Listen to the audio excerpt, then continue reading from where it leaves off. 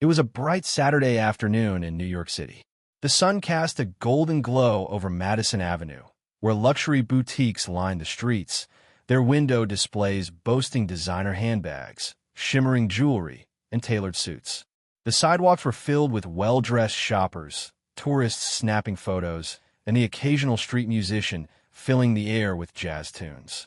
Inside Parker & Company, a prestigious high-end boutique known for its exclusive clientele, the atmosphere was elegant yet unwelcoming to those who didn't fit a certain mold. Crystal chandeliers hung from the ceiling, soft classical music played in the background, and polished wooden shelves held designer handbags that cost more than a month's rent in Manhattan. Behind the counter stood Claire Whitmore, a woman in her mid-40s with perfectly styled blonde hair and a sharp navy blue suit. She had worked at Parker & Company for over 15 years and prided herself on recognizing the right kind of customer the moment they walked in. Then the door chimed. Claire looked up and immediately stiffened. A large black man in a simple black hoodie, jeans, and sneakers had just entered the store. He didn't fit the usual profile of their customers. No tailored suit, no designer watch, no air of Wall Street wealth. Her eyes narrowed. From years of working in luxury retail, she had learned to trust her instincts, and her instincts told her this man did not belong.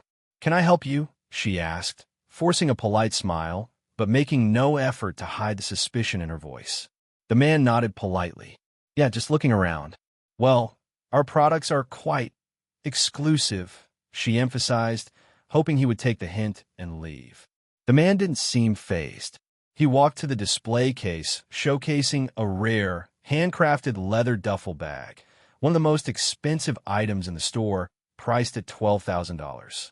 "This one's nice," he said, running his fingers over the fine Italian leather. Claire forced a laugh. "Yes, it's quite a statement piece. We don't usually have, walk-ins interested in items like this." The man raised an eyebrow, but said nothing. Instead, he calmly pulled out his wallet and took out a black American Express card, the kind reserved for the ultra-wealthy.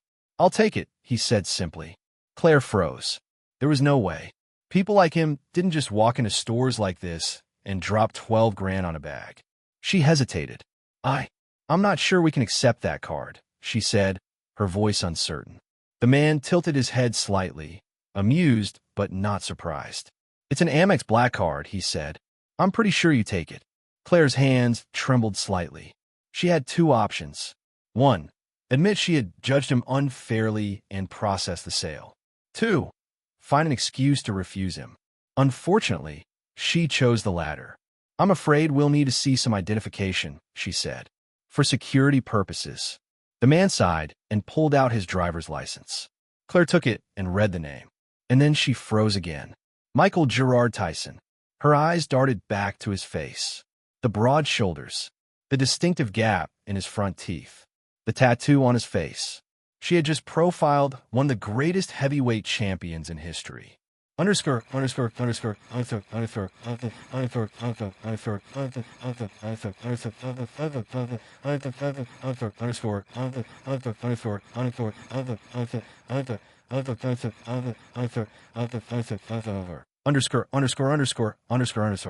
Claire felt her stomach drop.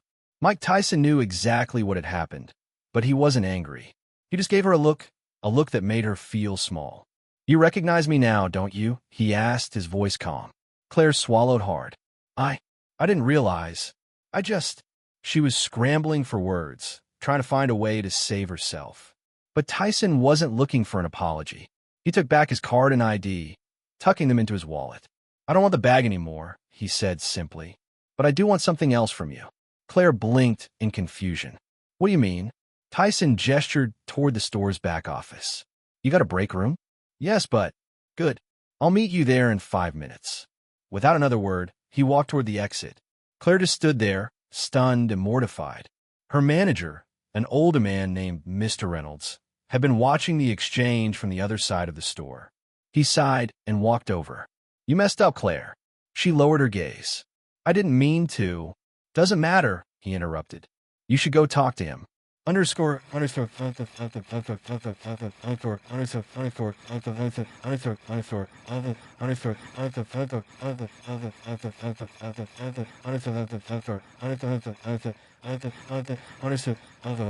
underscore underscore underscore.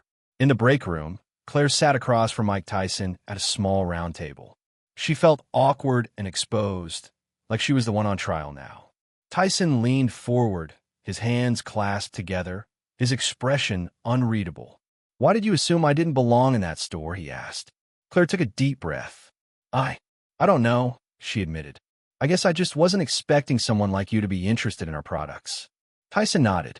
"What does someone like me mean?" She hesitated. "I didn't mean it like that." Tyson let out a small chuckle. "Yeah, you did." Claire looked away, ashamed. Tyson sighed. "You know, I grew up in Brownsville, Brooklyn. Rough neighborhood. By the time I was 13, I was already on the wrong path. But someone, my trainer, Cuz D'Amato, saw potential in me. He saw what I could be, not just what I looked like." Claire listened quietly. "People have been judging me my whole life," Tyson continued.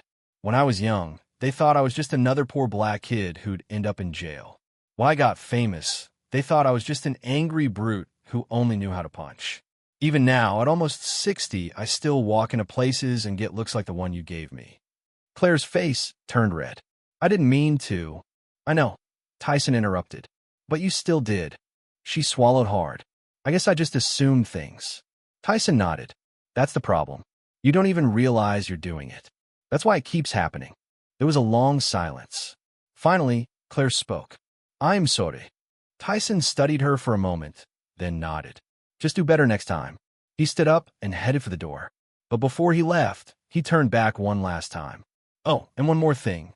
Yes, that bag. It's ugly as hell." Claire couldn't help it. She laughed.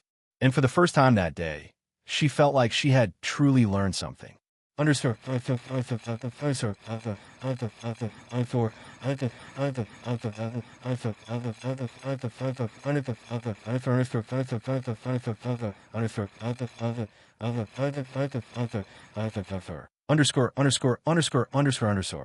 The moral of the story.